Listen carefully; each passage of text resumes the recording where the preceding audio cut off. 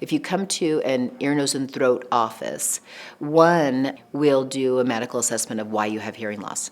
So people think, where do I get my hearing aids? Well, the first question is, well, what kind of hearing loss do you have and what's causing it? So little kids, 2-year-olds with hearing loss, we would never put hearing aids on a 2-year-old, even though they're not hearing. They have fluid in their ears that is causing their hearing loss, so we would put ear tubes in for them.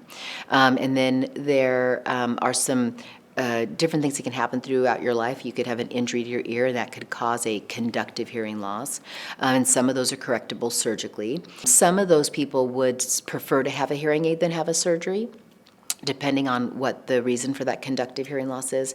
And then there's what we think of when we think of hearing aids, which is sensory neural hearing loss, which is the slow loss of our hearing. Usually it's slow over our lifetimes. And it's usually from loud noise exposures, concerts and motorcycles and, driving on the highway with your window down and all that road noise coming in. And then lots of us just have genes for hearing loss. So even if we were a librarian and we had no fun on motorcycles and never went to a concert and everybody around us, we could still get some hearing loss just genetically. And so it's common. It's more likely that you're going to have hearing loss than you're not.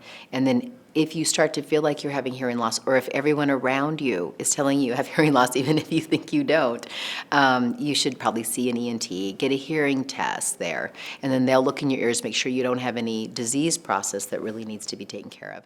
And so you'll probably get a better opinion on whether or not you should get hearing aids and what kind of hearing aids you should get, because your ENT usually is looking out for your best interest and has other ways to pay their electric bill.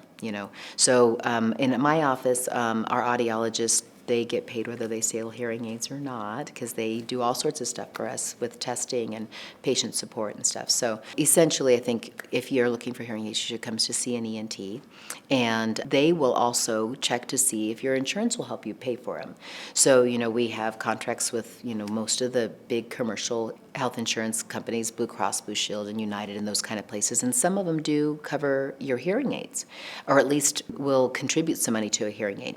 And so you can't get that benefit if you're going to Costco or someplace like that, or you're buying them online or something.